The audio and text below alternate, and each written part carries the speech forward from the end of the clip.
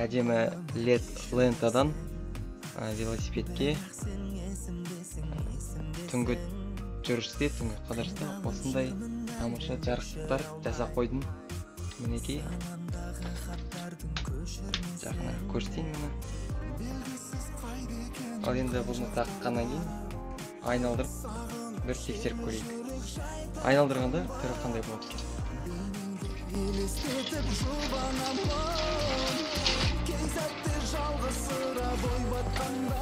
Тамаша.